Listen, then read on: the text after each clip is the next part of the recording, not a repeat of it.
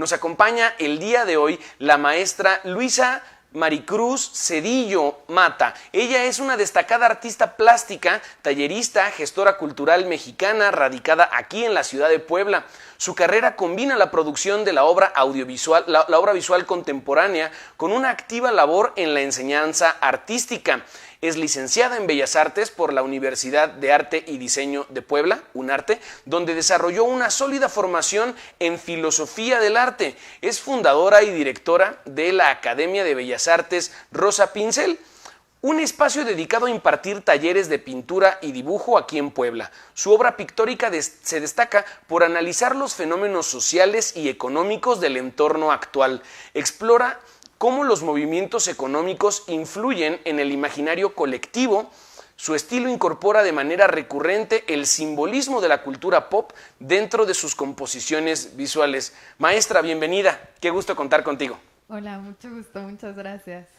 Oye, te quería preguntar, ¿cómo empieza tu carrera? Antes y ya vimos un poquito de UNARTE, pero de manera personal, ¿cómo empieza a llamarte la atención la pintura y cómo empieza tu inquietud por crear este tipo de obras?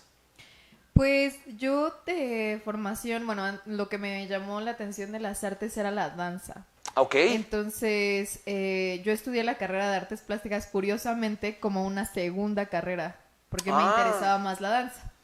Sin embargo, una vez entrando a la carrera me enamoré como de toda esta parte social y como filosófica que tenían las artes y que a su vez estaba muy relacionado como mi contexto familiar, porque mis papás son abogados, entonces siempre me traían como que a los juicios o escuchaba pláticas como de corrupción y ese tipo de cosas, entonces se alineaba mucho ese tema con las pláticas o las prácticas que teníamos en la universidad y como que ahí encontré ese camino.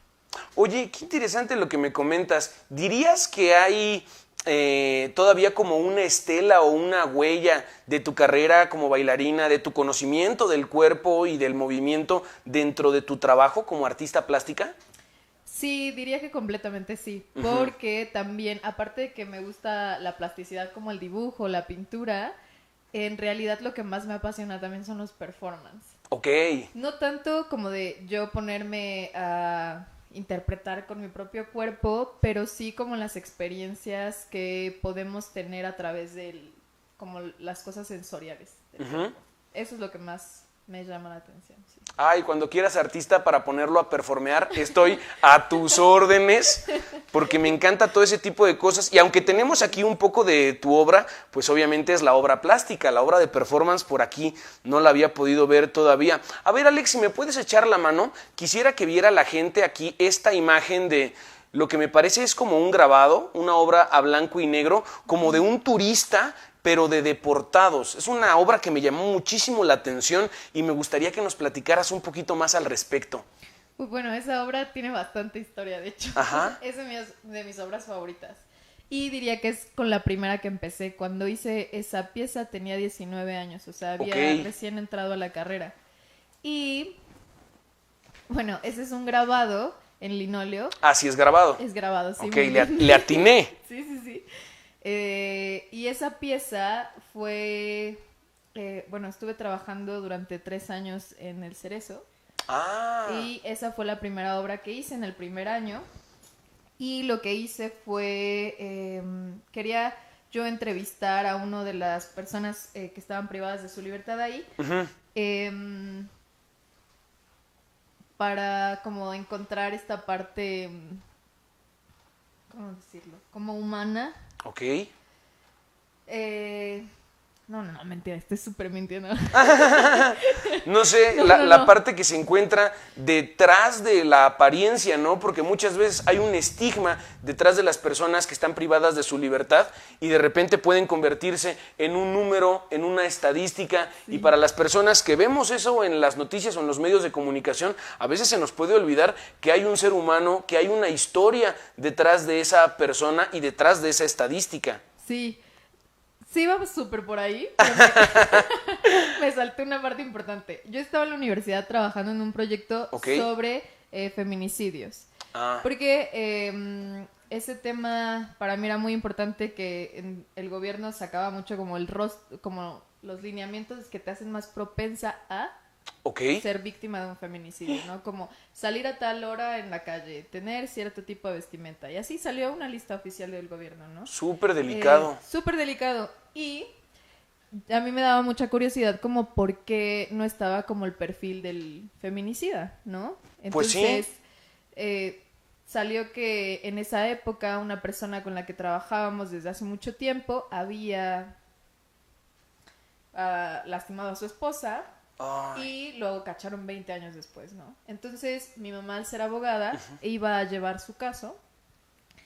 Y entonces ahí fue como el vínculo directo de que yo quería saber cómo era, ¿no? O sea, si había como ciertos patrones y así, como una especie de trabajo un poco antropológico, más que artístico. Sin embargo, entrando al Cerezo, me di cuenta que había demasiada corrupción. Claro. O sea, era una cosa brutal. Y la forma en la que trataban a las personas que estaban ahí era inhumana. O sea, ahí hay de todo. Hay gente que es culpable y hay gente que no es culpable. Y hay gente que es inocente, sí. Claro. O hay gente que está en veremos, que está ahí como su caso en un área gris. Justamente. Entonces, en ese tiempo decidí cambiar completamente el giro del proyecto y hice este turista con las casillas de los pasos que tienen que seguir las personas que están privadas de su libertad al entrar al Cerezo. Entonces, la salida empieza con el arresto. Y cada casilla va explicando cómo son costos de... Entregas tu INE en la entrada, ¿no? Y te piden mordida. Si vas te van a revisar, te piden mordida. Si quieres dormir amarrado, cuesta tanto. Si quieres dormir sentado, cuesta tanto. O sea, absolutamente todo cuesta. Hasta los derechos más primordiales de derechos humanos tienen ahí su moche. Exactamente. Híjole. Y es una relación con el turista completamente, ¿no? Quien tiene dinero gana, compra propiedades y vas así dando vueltas por el juego, pero quien no lo tiene, pues perdió, ¿no? Sí, claro, podríamos pensar que a lo mejor todas las personas que están ahí dentro están bajo la misma condición, pero no es cierto. Hay también ahí muchísimos niveles y me parece que es una gran alegoría la que haces además con un juego que yo creo es internacional, o sea, se juega en muchísimos lados y es como un símbolo también del capitalismo, ¿no? Esta figura del millonario con el sombrerito y el monóculo, creo que tiene un simbolismo fascinante esta obra. Pero a ver, pasemos con otra que también quisiera comentar. Alex, ¿me echas la mano? Tenemos por ahí a un Pedro Infante que está también con una sopa de Maruchan. Me parece que está como en el personaje de Pepe el Toro, ¿no? De nosotros los pobres, pero hay una sopa de Maruchan ahí como de por medio, como un collage de la tradición o de los clásicos mexicanos del cine de oro, también con el arte pop, ¿no? Y con lo contemporáneo. ¿Qué nos puedes decir de esta pieza? Es un óleo, ¿verdad? Sí, es pintura al óleo, sí. Pues, bueno, a mí se me hacía sumamente importante... Bueno, ¿qué estoy diciendo? Soy malísimo hablando. Ay, no te preocupes. Está buenísimo, así natural. Sí. Esa pintura la hice para un concurso. Ok. Maruchan sacó un concurso que se llama Sopart, que lo lanzan cada año. Y como que la regla principal es que puede ser cualquier cosa, pero tiene que salir uno de sus productos. Sí, y yo estuve como analizando mucho lo que habían sacado otros artistas anteriormente y pocos ocupaban como esta parte tanto pop o más de lo que era México antiguamente, ¿no?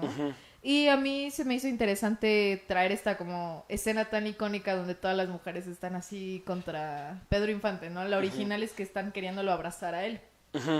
Pero yo quise cambiar un poquito la narrativa que querían la Maruchan. Ok. No querían a Pedro Infante. Esa es la historia. Lo están abrazando, pero es plan con maña. Quieren quitarle su sopita. Como cuando destapas las papas en la oficina y de repente tienes un chorro de amigos que se quieren acercar a platicar. Sí. Me llama muchísimo la atención, creo que es el tipo de obras que pueden volver verdaderamente a un artista memorable, ¿no? Como que se te queda grabado, el Pedro Infante con la Maruchan. Y a ver si ahora podemos ver una mantis religiosa, Alex, que tenemos por ahí combinada con unas flores. Esta obra me parece además completamente diferente a las demás porque es como súper frontal, súper simétrica y además como muy simbólica, ¿no? Medio como aludiendo a un mandala, pero me parece también muy sexual, como que tiene ahí su trasfondo, ¿no? Como un montón de vulvas ahí encimadas y... ¿cuál es la lectura que tú tienes para esta obra? Pues de hecho esta pieza es más reciente. Ok. O sea, me interesa mucho la corporalidad y como los retratos y los humanos, es lo que más hago. Sin embargo, personalmente me encantan las plantas. Ok. Yo soy una persona 100% de plantas. Eres la señora de las plantas. Durísimo. Ok. O sea, neta, no te imaginas. La casa llena. Y llenísima. O sea, Qué yo bonito. podría poner un vivero. Y justamente estaba como jugando un poco, como explorando a mezclar dos cosas, ¿no? Como los insectos con cierto tipo de plantas. Esta es una orquídea. Ah, ok. Sí, sí. Es una orquídea hecha de mantis. Y es una cosa más estética, como visual, más que haya otra cosa por ahí. Ok, pero bueno, además creo la orquídea también tiene su trasfondo súper interesante, ¿no? Porque es una flor que se da difícilmente, que se da Sí. como en lugares muy específicos y además, bueno, yo no tengo orquídea, pero sé que las personas que tienen orquídea dicen que es un tema, que es delicada, requiere ciertos cuidados. Completamente, bueno, qué bueno que lo mencionas porque sí, o sea, de hecho la mantis religiosa también es un animal que parece muy frágil, pero es bastante agresivo. Te puede decapitar Sí, después sí. de el uyuyuy. Sí, sí, sí. Y pero tiene como esta cosa que se aparenta muy frágil. Las orquídeas son muy similares. O sea, no a mucha gente se les da y son como de que, ay, no las toques porque se pueden, pero naturalmente crecen en los árboles así al extremo completamente. O sea, Ok. no son de mucho cuidado, al contrario, resisten mucha tormenta, resisten temperaturas con mucha humedad. O sea, viven en los árboles. No necesitan tierra para crecer, por Ah, ¿no? ejemplo. No. O sea, se pegan a los árboles y Ok. ahí sueltan sus raíces, pero están ahí colgadas. O sea, Y si no- tú la tienes en tu casa en una maceta, ¿la maceta no tiene tierra o qué le pones tú a la orquídea? Usualmente no tiene que ser tierra, tiene que ser como un sustrato poroso, como Ah, ok. em, ¿Como hojita no o como madera? como madera, Ok. justamente. Sí, porque si no se pudren las raíces, porque Vaya. naturalmente no está hecha para eso. Ok, no, eso no lo sabía. Interesantísimo el tema. Y pasando a otra obra que yo obviamente no puedo dejar pasar porque soy súper fan de la NFL. A ver si la podemos poner, Alex. Pero tenemos aquí un Joe Burrow, que después de ver a la mantis con las orquídeas, el grabado del turista, y el Pedro Infante con Maruchan, yo dije, Joe Burrow, ¿qué estás haciendo ahí? Esa no es tu familia, ¿no? Porque además no sé exactamente en qué momento de la carrera del deportista se toma la foto, porque está como señalándose el brazo. ¿En qué momento, en qué partido ocurre este instante que tú capturas en la pintura? Fíjate que esa pieza fue un regalo. Ok, Sí, o sea, la incluí porque honestamente, técnicamente se me hace una muy buena pieza. está súper bien Sí, lograda. bien lograda. Parece una foto. Sí, sí, sí. Y en esta época en la que la pinté estaba muy clavada con los retratos y sacarlos un poco como del contexto clásico que solo está así el busto, ¿no? Que era como algo más tradicional y quería hacerlo en situaciones sociales un poco más casuales, ¿no? Ok. Pero este fue un regalo y a una persona que era súper fanática de Joe Burrow. Desconozco exactamente bien qué partido de los El Bengals momento, es, ok. pero sé que es de la temporada del 2023. Ok. yo creo. Sí, sí, sí, sí, sí. Ya tiene un poco de tiempo. Sí, 3 añitos. Sí. Pero siento que está súper bien trabajado, no nada más la figura, sino el movimiento. O sea, tiene él en el rostro una expresión que es muy dinámica, me queda clarísimo cómo está torciendo la boca. El camarógrafo que está en la parte de atrás, siento que en cualquier momento va a terminar de dar el paso hacia adelante. Y bueno, creo que repasando como este conjunto de pinturas, nos queda a todos clarísimo que eres un artista súper versátil, o sea, tienes de absolutamente todo. ¿Dirías que tienes un estilo en particular que es el que más te gusta trabajar? O digo, más allá de los encargos o de los concursos, que tú digas, esta es la parte que a mí me llena o que más disfruto trabajar. Sí, completamente. Siento que lo que más disfruto es como el trabajo artístico antropológico que tenía la primera pieza de la que me preguntaste. El Sí, turista. Justo. Sin embargo, o sea, yo me dediqué a la academia y a la educación y dejé mi práctica artística muchos años. O sea, Ok. diría que unos buenos 7 años. Órale. Y me dediqué completamente al negocio y a hacer encargos o cosas un poco más no tan profundas, ¿no? Ujú. Y hasta apenas estoy queriendo regresar a encontrar esa voz que tenía cuando era más joven, que es lo que realmente me apasiona. Y algo que no he dejado hasta eso, dentro de todo, ha sido la parte humana. Siempre me he enfocado en retratos o en figura humana y eso no lo he dejado. Creo que algo que es muy importante señalar, yo un tiempo tuve esta idea de que cuando uno como artista se alejaba del quehacer artístico, se estaba perdiendo de algo, como que estaba perdiendo el tiempo, estaba perdiendo, no sé, impulso, pero con el tiempo ha cambiado mi opinión. O sea, ahora creo que esas prácticas no tan artísticas, en el fondo, si las sabemos encauzar, nos vuelven artistas más complejos, más redondos, más multifacéticos. Y creo que aquí queda clarísimo esta pasión que tienes tú por la investigación. O sea, yo lo digo a veces con los alumnos, he tenido alumnos de artes plásticas y les digo, es que no nada más es que pintes bonito, hay que tener algo que decir, hay que tener un tema investigado, que sea relevante, que sea social, y creo que tú lo retratas perfectamente porque hay una complejidad histórica, social y humana detrás de cada una de tus piezas, es lo que verdaderamente creo que te hace una artista extraordinaria. Ay, gracias. ¿Algún mensaje que le puedas dar aquí a las personas que nos están escuchando, sobre todo en términos de alguien que puede estar interesado en acercarse al mundo del arte, pero que a lo mejor todavía no se ha animado a dar ese pasito? ¿Qué le dirías a las personas que están interesadas en construir una carrera como pintoras o como pintores? Ay, qué fuerte. Perdón. No, yo les diría, es algo que le decía a mis alumnos completamente, que sí se puede vivir de esto. Difícilmente. O sea, no voy a decir como de que es súper fácil ser artista, pero siento que en estas épocas ser médico, ser artista, ser abogado, ya está muy difícil. Todo está difícil. Y lo que yo les diría es que estudien un montón, échenle ganas y a la vez que producen también trabajen en otra cosa. O sea, como que sean versátiles en todo, porque eso les va a abrir 1000 puertas y uno nunca sabe cuándo las necesite. O sea, si Claro. se dedican a la docencia, sean muy buenos docentes. Si se dedican a la producción, sean muy buenos productores. Si se dedican a la investigación, sean muy buenos investigadores. O sea, profesionalicen el trabajo. No es nada más como, uy, soy artista. Esto es lo que les Claro, y la recomendaría. versatilidad, Sí. ¿no? Qué importante. Maestra, ¿tienes alguna exposición, algún evento que venga pronto, en donde puede la gente acercarse a ver tu trabajo? Tengo mi Instagram, que esté como Luisa Cedillo, con 3 L's.